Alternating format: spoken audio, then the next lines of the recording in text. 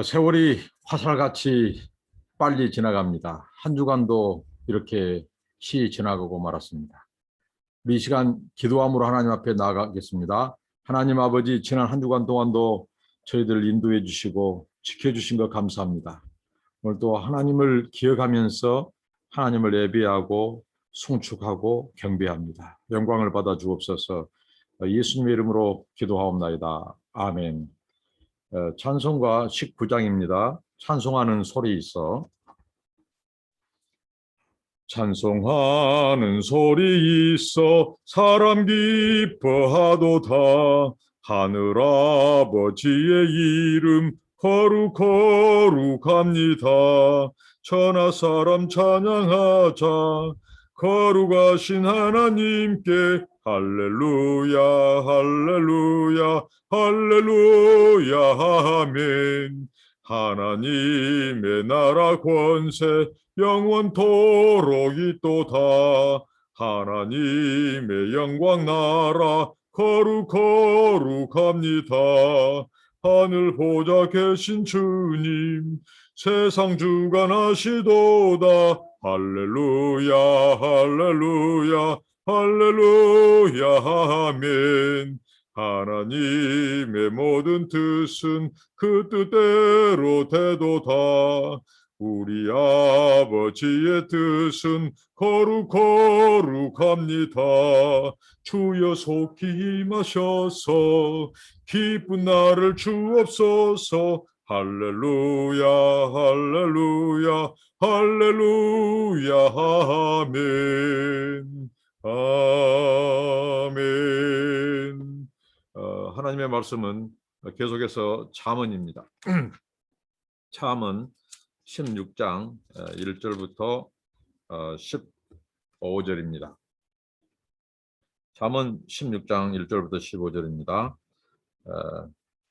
마음의 경영은 사람에게 있어도 말의 응답은 여호와께로서 나느니라. 사람의 행위가 자기 보기에도 모두 깨끗하여도 여호와의 심령을 감찰하시느니라. 여호와는 심령을 감찰하시느니라. 너희 행사를 여호와께 맡기라. 그리하면 너의 경영하는 것이 이루리라. 세 절만 읽도록 하고 다음으로 계속 다루도록 하겠습니다. 이 잠언을 묵상하면서 정말 이 하나님의 말씀은, 잠언은 우리 하나님의 관심은 우리가 단지 구원받는 것에만 있지 않다는 것이죠. 반대로 우리의 구원은 우리 모든 삶의 영역으로 연결되고 있다라고 하는 것입니다. 우리의 혀와 살고 죽는 것이 이 혀의 권세에 달려 있다. 이 말씀은 물론 뒤에 나옵니다만은 우리가 의롭게 되고 또 정죄함을 받는 것도 우리 사람의 입술, 이 혀라고 말할 만큼 잠언을 묵상하고 이렇게 연구해 보니 잠언을 단지 우리 인생의 무슨 지혜, 깨달음 이렇게 지금까지 가르쳤다고 하는 것입니다. 그것이 아니라는 것이죠. 잠언이야말로 굉장히 우리 구원과 굉장히 밀접한 관련이 있는, 굉장히 우리로 하여금 한편으로는 두렵고 떨리게 만드는 책이 잠언이라고 봅니다. 정말 이 잠언 다시 읽기, 이 잠언을 다시 발견해야 돼요. 재발견해야 돼요. 잠언은 결코 우리의 단지 인생에 살아가는 교훈, 지혜 정도가 아닙니다. 우리 구원을 더욱더 정말 두렵고 떨림으로 이루게 하는 책이 바로 잠언이라고 봅니다. 자, 오늘 잠언 16장 1절 들어갑니다.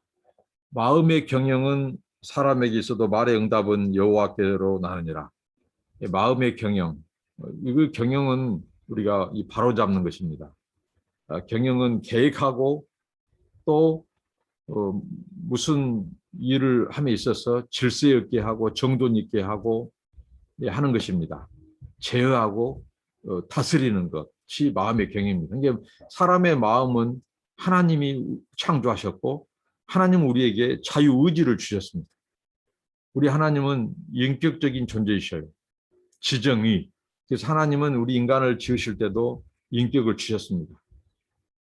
그런데 우리가 이 마음의 계획과 무슨 경영을 하고 우리 삶을 우리 생각이라든가 일을 하죠. 그런데 이것은 무엇이냐? 바로 우리 인간의 책임까지도 하나님께서 다 방치한 것은 아니라는 거죠. 책임이 따르게 하셨다는 거죠. 하나님은 자유의지를 주셨습니다. 우리가 생각할 수 있고 계획할 수 있습니다. 행동합니다. 그러나 거기에는 반드시 하나님의 이 책임을 물으실 때가 있다는 거죠. 오늘 그런 표현으로 말의 응답이 여호와께 있다. 그러니까 우리 인간이 아무리 이 하나님이 주신 자유의지를 가지고 계획하고 고안하고 일을 이루어감에 있어서도 그것을 이루시고 그것을 성취하시고 그 말의 응답은 바로 하나님의 주권에 있다는 거죠. 하나님의 섭리에 있다는 것입니다. 이 솔로몬은 그 인생에 있어서 아주 자기가 태어나는 과정을 아마 다 알 겁니다. 자기 아버지 다윗이 이 바세바를 취하고 어떻게 보면 그 합법적이지 않는 그런 관계 이런 이 사건을 통해서 자신이 태어나는 것들을 잘 알고 그러니까 우리 사람이 이 계획하고 무슨 사람이 이 고안하고 했을지라도 그 결국은 그 응답은 말의 응답은 이 바로 최종적인 그런 결과 이러한 것들이 이루어지게 하는 것은 하나님의 계획, 하나님의 목적을 하나님은 이루신다는 거죠. 쉽게 말하면 사람이 모든 것을 이 계획하고 마음의 경영을 세울지라도 결국은 그것을 이루신 분은 하나님이시고 하나님은 반드시 그 뜻을 이루신다는 거죠. 그러니까 우리 인간은 무엇입니까? 그 책임을 져야 한다는 거죠. 책임이 따른다는 것입니다. 또 1절과 또 관련 있는 구절이 9절입니다. 사람이 마음으로 자기의 길을 계획할지라도 그 걸음을 인도하신 분은 하나님이라고 말합니다. 사람이 마음으로 자기의 길을 계획합니다. 근데 그 걸음을 인도하신 분은 하나님이십니다. 그러니까 하나님의 주권에 달려 있다는 거죠. 마음의 경영도 그것이 이루어지는 것, 그것이 성취되는 것, 그 말의 응답은 최종적인 응답은 그 결과는 하나님의 주권에 달려있다는 우리 인간의 마음대로 안 된다는 거죠. 저는 이 1절과 9절을 묵상하면서 이게 하나님의 섭리고 은혜라는 것을 생각해 봤습니다. 만약에 우리 사람들이 죄를 지은 죄성을 가진 인간들이 자기의 이 마음의 경영이 말의 응답까지 최종적인 자기가 이 계획을 말하고 자기가 원하는 이 목적을 가지고 하는 그것까지도 말의 응답까지도 자기들이 계획하고 이 방향을 정하는 이 걸음까지도 만약에 그 사람들의 뜻대로 됐다. 그럼 요지부동이 되겠죠. 악한 자가 정말 우리 인간의 악한 본성을 가진 아담의 후예들은 우리 인간이 자기가 마음먹은 대로 계획한 대로 자기 경영대로 말의 응답까지도 최종적인 결과까지도 자기 원하는 방향의 그 발걸음까지도 다 이루어진다면 자기 뜻대로 이루어진다면 어떻게 되겠습니까?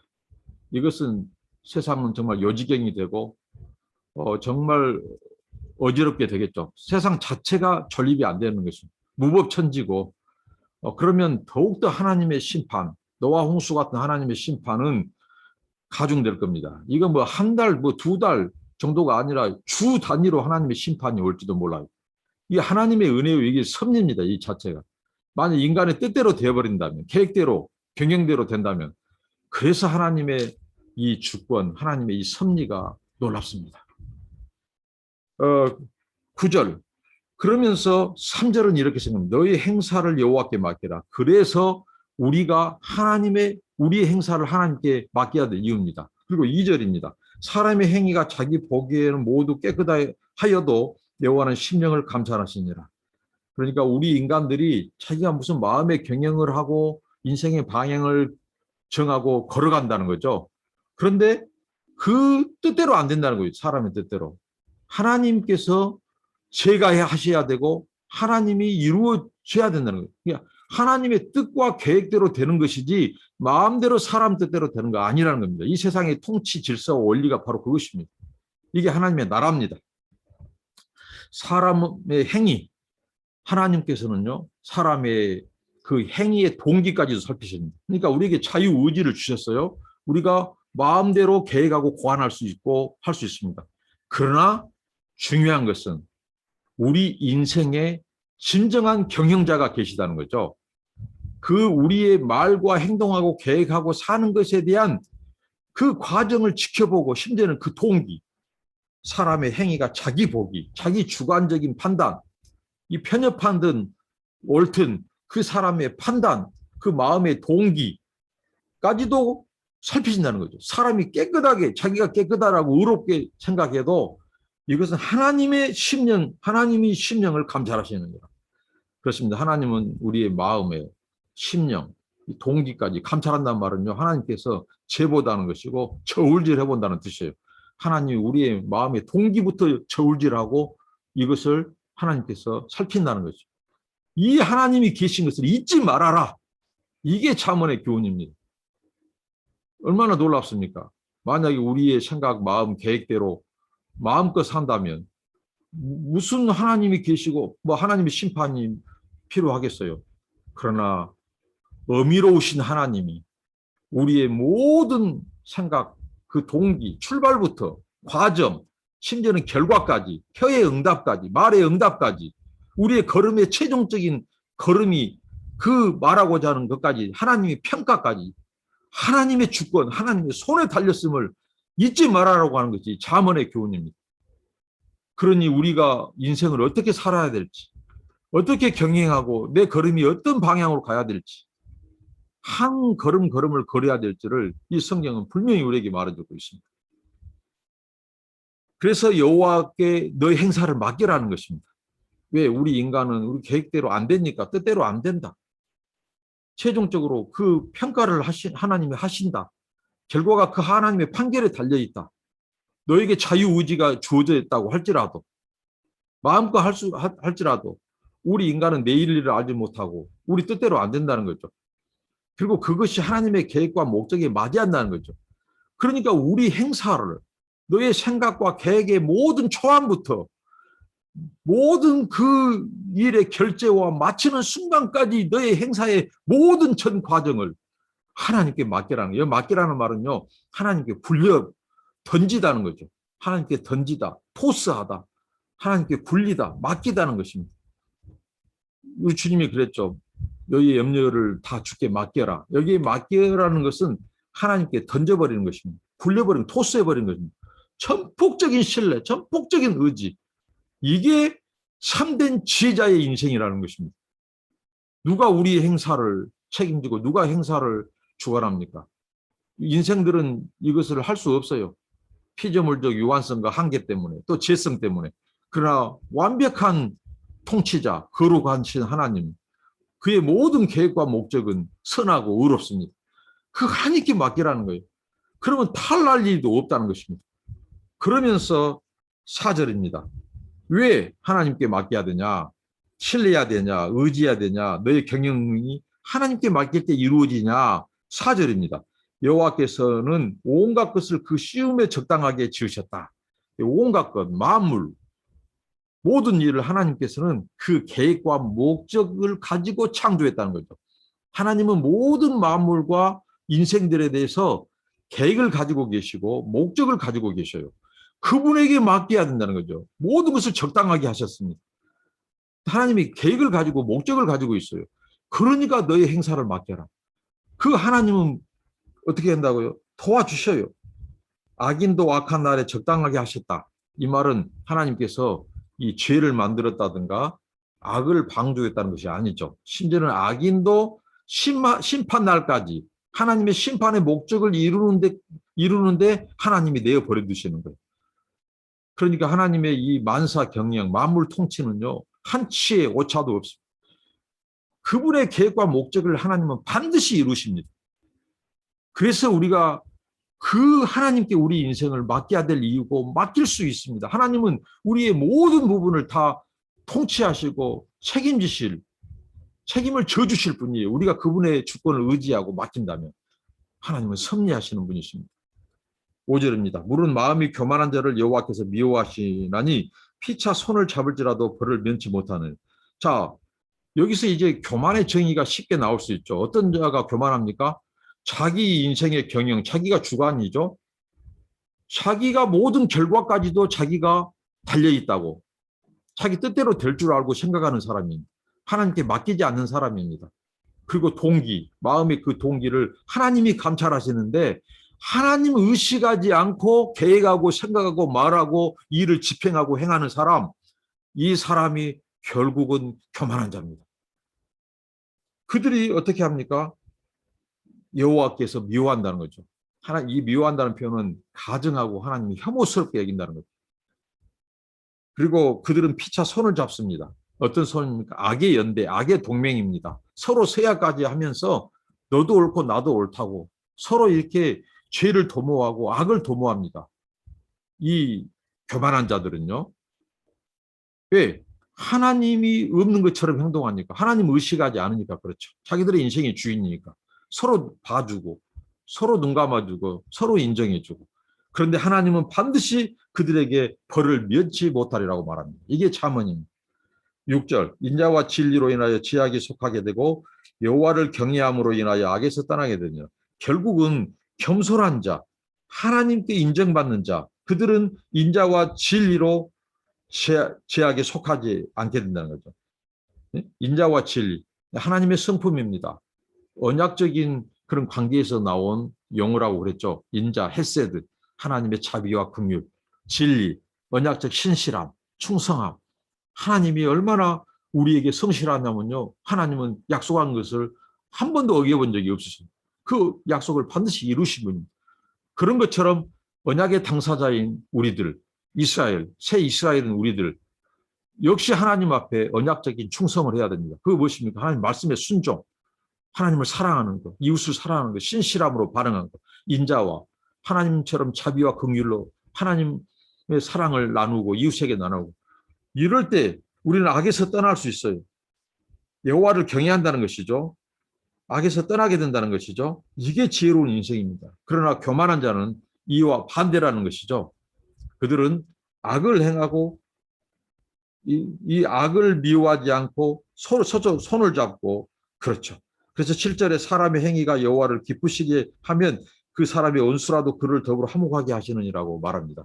이 악의 가장 결정적인 이 문제가 처리되지 않으면 그 악에서부터 자유롭지 못하고 악에서 떠나지 않았다고 할 만큼 그것은 무엇입니까? 이 원수와의 이 관계입니다. 이 원수 문제가 해결되지 않으면 그 악을 떠날 수 없어요. 근데 그 문제, 이 해결되지 않는 이 결정적인 문제까지도 하나님을 경외하고 하나님의 사랑과 하나님의 인자와 진리로 행하고 죄악에 떠나고 하나님을 기쁘시게 하는 자들에게는 하나님께서는 원수와도 화목하게 하신다는 것입니다. 이렇게 하나님께서는 신실하게 이 겸손한 자, 하나님의 말씀에 순종한 자, 하나님을 경외하는 자, 인자와 진리로 속하여 죄악을 떠난 자들에게 그런 자들을 기뻐하시고 하나님은 이 원수 문제까지도 하나님은 해결해 주시고 화목케 하신다는 것입니다. 하나님처럼 온전케 하시는 그 신의 성품에 참여하게 되고 그 경지에 이르게 하신다는 것입니다. 그리고 8절입니다. 적은 소득이 의를 겸하며 많은 소득이 불의를 겸한 것보다 나으니라. 적은 소득, 비록 가난할지라도 의롭게 행하고 의를 획득하고 의를 겸한다면 불의하게 돈을 많이 재물을 모으는 그런 사람들보다 더 낫다는 것이죠. 그러니까 이 하나님이 인정하는 하나님의 우리가 이 도덕적이든 또 하나님의 이 종교적인 신앙적인 이게 하나님이 인정하는 이 의를 이루는 것.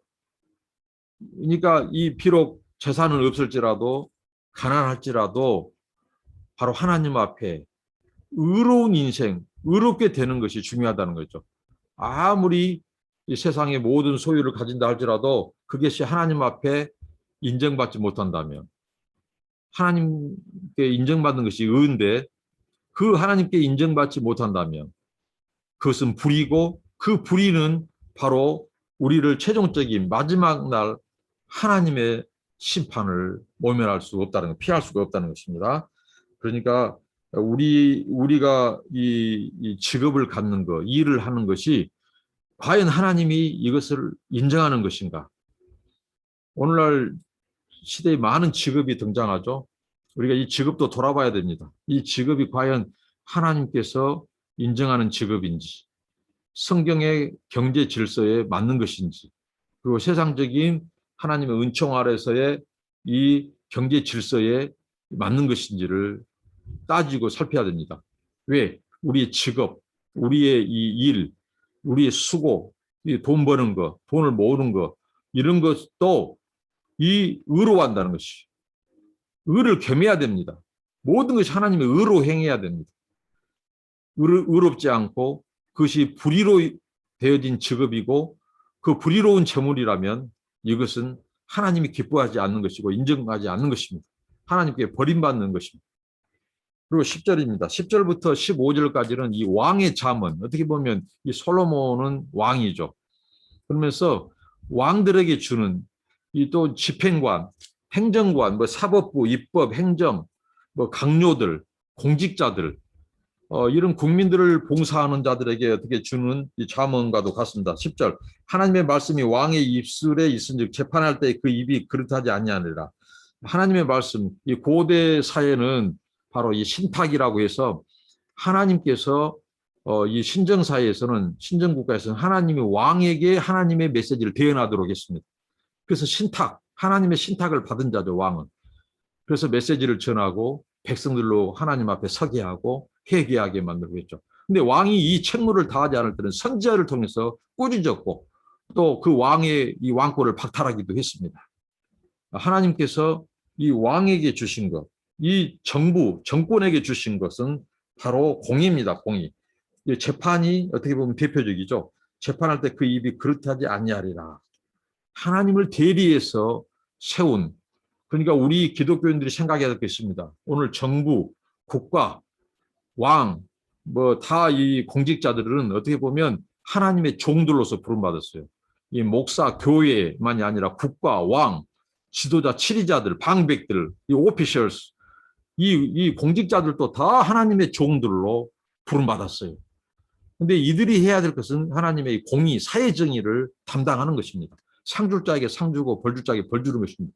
근데 그 핵심이 뭐다고요? 공의라는 겁니다. 공의. 근데 그 공의의 기준은 뭐냐? 계속해서 그 말씀이 나오죠. 여호와의 말씀, 하나님의 말씀이 왕의 입술에 있어야 한다는 거죠. 그러니까 하나님의 말씀의 기준, 하나님의 법도 공도에 의해서 재판도 하고 백성들을 다스려야 한다는 거죠. 이게 바로 왕의 잠언입니다. 그리고 11절에 그 왕은, 그 나라를 다스리는 국가는, 행정, 또 강요들은, 공무원들은, 공직자들은 공평과 간칭과 명칭, 여기서는 저울입니다. 저울의 명칭인데요. 이 간칭 하나짜리 저울, 명칭 이 2개짜리 저울을 생각하면 됩니다. 하나님께서는 이것을 율법으로 다룰 만큼, 정할 만큼 저울추를 속이지 말라고 했습니다. 공정한 상거래, 공정한 이 장사. 정말 우리 크리스찬들이요, 이거 생각한다면 정직하게 돈 벌어야 됩니다. 정말 투명하고 깨끗하게, 폭리 취하지 말고 그렇게 돈 벌어야 돼. 정직하고 깨끗하게. 네? 저울추를 속이지 말아야죠. 주머니 속에 추돌들도 다 그의 것이라. 자, 하나님께서 재판 행위, 재판을 왕에게 맡긴 것, 공직자에게, 이 국가기관에 맡긴 것도 하나님이신데 그 저울추를 다할 때 돌이었습니다. 돌. 지금은 이렇게 그 다음에는 무엇입니까? 그 다음에는 이 쇠로 했죠. 그 쇠 다음에는 뭐 지금 같은 경우는 전자 이 저울인데 이 당시에는 이 돌이 있어, 돌. 그 돌을 저울에다가 주머니를 만들어서 보관하도록 했죠. 그 돌도 하나님이 지으셨다는 거죠. 재미난 표현을 쓰죠. 재판도 하나님께서 그 재판 제도도 하나님이 맡겼고 그 재판할 때 이 또 심지어는 이 장사할 때 쓰는 이 저울추까지도 이 돌도 하나님이 만들었다는 거예요. 모든 것이 하나님이 주관하시고 하나님이 속했다는 거예요. 그러니까 얼마나 바르게 해야 되는지를 말하고 있습니다. 우리 하나님의 관심은 우리가 하나님 앞에 거룩하게 예배드린 그 시간, 그 현장, 이것만 관심 있는 거 아닙니다. 우리 하나님의 관심은요, 우리가 시장 보러 가는 장바구니에도 관심이 있었어요. 하나님, 우리 학생들이 가방 메고 가는 학교에도 관심이 있으십니다. 그리고 이 청와대, 이 백악관, 이 세상 통치자들의 그 강요들의 회의, 그 심지어는 동네의 이 이장들의 회의까지도 하나님은 관심 있는 분입니다. 그곳에서 공의와 정의로 공도로 세우는 것, 공평하게 하는 것, 여기에 하나님은 관심이 있어. 12절, 악을 행하는 것은 왕이 미워할 바니 이는 그 보좌가 공의로 말미암아 굳게 성입니다. 그러니까 악을 행하는 것은 왕이 미워한다. 그러니까 국가의 가장 중요한 업무는요, 말 그대로 정의죠. 신상필벌이죠. 상 줄 짝에 상을 주고 벌 줄 짝에 벌 주는 것이죠. 그래서 왕은, 이 소위 말하는 대통령은, 지도자는요, 그 나라에 이 공의가 무너지는 것을 가장, 이 악을 행하는 것, 이 공도가 세워지지 않는 것에 대해서 왕은 미워해야 한다는 거죠. 그리고 그 보좌의 기초는 공의로 말미암아 선다는 거죠. 공의, 이 사회 정의, 이 실현이 국가가 해야 될 가장 중요한 책무입니다. 국가는 이 일을 위해서 부름받았어요. 그래서 왕부터서 이 공의에 앞장서고 사회 정의를 실현하는 데 앞장서야 한다는 거죠. 그리고 13절입니다. 의로운 입술은 왕들의 기뻐하는 것이요 정직히 말한 자는 그들의 사랑을 입느니라. 여기서 말한 것은 바로 이제 이 왕이 진언하는 자들, 어떻게 보면 이 신하들, 오늘로 말한다면 이 공직자들, 그다음에 강요들, 그다음에 행정부, 입법부, 사법부의 그 수장들, 요원들, 다 이런 자들이죠. 참모들. 이들은 입술이 의로한다는 것이죠. 신언할 때 의로 얘기하는 거예요. 아첨배가 아니라, 간사한 혀가 아니라, 속이는 것이 아니라 이 대통령과 왕에게 정확한 보고를 하고, 그리고 왕이 올바른 이 집행을 하고 판단을 할 수 있도록 정의의 기초에서, 오늘 말하면 여호와의 말씀대로 왕이 그 왕의 역할을 다할 수 있도록, 법대로 왕이 다할 수 있도록 진언하고, 이 바로 무엇입니까? 이 직언하고 말이죠. 이렇게 한다는 거죠. 그들을 왕이 기뻐해야 되고 그들이 왕의 사랑을 입는다고 말을 합니다. 그다음에 왕의 진노는 살육의 사자와 같아도 지혜로운 사람은 그것을 시기하느라. 자, 이 살육의 진노. 자, 왕이 진노하는 것은 뭘까요? 함께 나라를 수행하는 그런 행정, 입법, 사법의 그 모든 공직자들이 함께 그 공의를 실현해 가야 되는데, 그것을 역행하고 그것을 막고 그것을 따르지 않는다면 왕은, 대통령은 기강을 잡고 그들로 하여금 하나님의 공의가 먼저, 사회정의가 먼저 공직자들 안에서 실행되도록 해야 된다는 것이죠. 이것을 만약에 왕이 한다면, 왕의 희색이 생명이 있나니 그 은택이 늦은 비를 내리는 구름과 같으니라. 왕의 희색, 왕의 얼굴빛이 기쁨으로 충만하고 하는 것은 하나님의 은택으로 묘사해요. 늦은 비를 내리는 구름과 같다. 늦은 비는, 이 팔레스틴의 늦은 비는 3, 4월경에 추수를 연결케 하는 비입니다. 그러니까 이 왕의 희색은 무엇과 관련되냐면, 그 나라가 하나님의 공의와 이 정의에 의해서 나라가 실현되고, 공직자들도 역시 왕의 신하들이 그것을 위하여 왕의 보조를 마치고 나갈 때 왕의 진정한 이 마음의 기쁨이 얼굴로 나타나고, 그럴 때 하나님께서 그 나라와 백성들을 축복한다고 하는 것입니다. 이건 왕의 자문이면서도 우리 인생의 자문이기도 하죠. 이 공의, 정의. 그러니까 우리 기독교인들이, 크리스찬들이 이 말씀대로라면 정말 나라와 대통령이 다른 것보다도 공의에 앞장서고 공의를 실현하도록 해야 돼요. 정의를 바로잡고. 그런데 그 공의와 정의를 바로잡고 행정, 입법, 사법부를 정말 바르게 세우려고 하고 그런다면요, 여야 정당을 떠나서 모든 국민들이 그것에 박수를 보내야 되고 격려해야 됩니다. 그런데 오히려 저는 이 네임덕 현상이라고 하는 것은 보십시오. 네임덕 현상이라고 하는 것은 보통 우리가 정권 말기에 권력 누수 현상을 네임덕이라고 하는데 왜 네임덕이 오느냐? 이 잠언의 말씀, 왕의 잠언을 들어야 돼요. 왜 끝까지 예를 들면 왕이 하나님의 말씀이 그 입술에 있어서 재판할 때 그 입이 글대지 아니한다. 이 재판은요 단지 무슨 사법부만이 아니죠.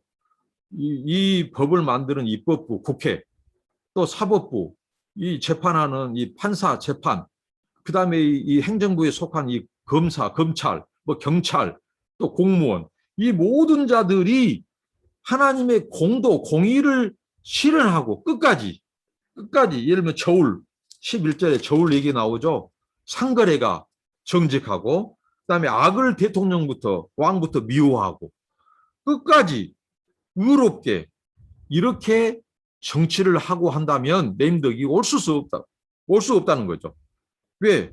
하나님께서 약속했잖아요. 왕의 희색에 생명이 있고 그 은택이 늦은 비를 내리는 구름과 같으니라고. 그러니까 왜 과거 정권들이 계속해서 권력 말에 누수가 생기느냐면요. 마지막에 몸보신주의입니다. 뭐 크게 손에 피 안 묻히려고 하는데요. 하나님의 말씀은 끝까지 정의와 공의를 위해서 나라를 바로잡는 일에 정의를 세우는 일에 끝까지 대통령과 왕, 그 정부가 해야 될 일이라는 거죠. 그럴 때 하나님께서 인정하고 왕은 기쁨으로 희색이 돋고 하나님의 은택을 그 나라에 내리고 권력 누수가 올 수가 없습니다. 오늘 이것을 정말 우리 오늘 이게 이 정부를 맡은 통치자들이 귀담아 들어야 될 일입니다. 그리고 나라가 또 대통령이 이 하나님의 공의를 위해서 정의를 세우려고 하고 하는 정부라면 그런 지도자라면 제가 말씀드렸죠. 세상에 완벽한 하나님의 온전한 샬롬을 실현할 수 있는 정당과 지도자 대통령 없습니다. 우리는 상대적으로 덜 나쁜 사람, 요즘 말로 그러죠. 덜 나쁜 놈을 뽑는 것입니다. 누가 더 성경적이냐? 누가 하나님의 공의, 뭔가 이 시대의 정의를 바로 세우려고 하고 잘못된 것을 바로잡으려고 하는가? 이게 성경적이고 이렇게 나간다면 그것은 하나님도 기뻐하신다는 것이죠. 그런데 이념의 잣대, 이념의 프레임으로 이것을 판단하고 하는 것은 아주 어리석은 자고 그것으로 인하여 그 사람이 심판받는다는 거예요. 오늘 하나님이 말씀했죠. 우리의 말, 우리의 이 행동, 우리의 걸음, 우리의 모든 것은 하나님께서 우리의 이 모든 것으로 우리를 저울질하고 감찰하시고 판단하신다는 것이죠. 우리의 모든 판단의 기준은 심지어는 왕부터 여호와의 말씀입니다. 하나님의 말씀. 이념이 아닙니다. 신념이 아니고 프레임이 아닙니다. 정말 하나님의 말씀의 법도로 우리가 오늘날 우리 그리스도인들이 이를테면 자, 이건 재판 얘기 나왔죠. 오늘날 우리 크리스찬 재판관들 한번 예를 들어봅시다. 어떻습니까? 정말 성상납을 뇌물을 받지 말라고 하나님이 그랬죠. 그런데 성을 뇌물로 받아요. 얼마나 불의한 짓입니까? 이 질환자들이 교회 돌아다니면서 하나님 믿는다고 하면서 간증하고 돌아다녀요. 정말 가증합니다. 목회자들이 여기에 대해서 아니다고 말을 해야 됩니다. 그런 자 세우면 안 되고요. 정말 똑바로 가르쳐야 됩니다. 하나님의 말씀대로. 그런데 이념이면 모든 거 다 통과. 이게 무엇입니까? 한국교회 회개해야 됩니다. 목사들 회개해야 됩니다.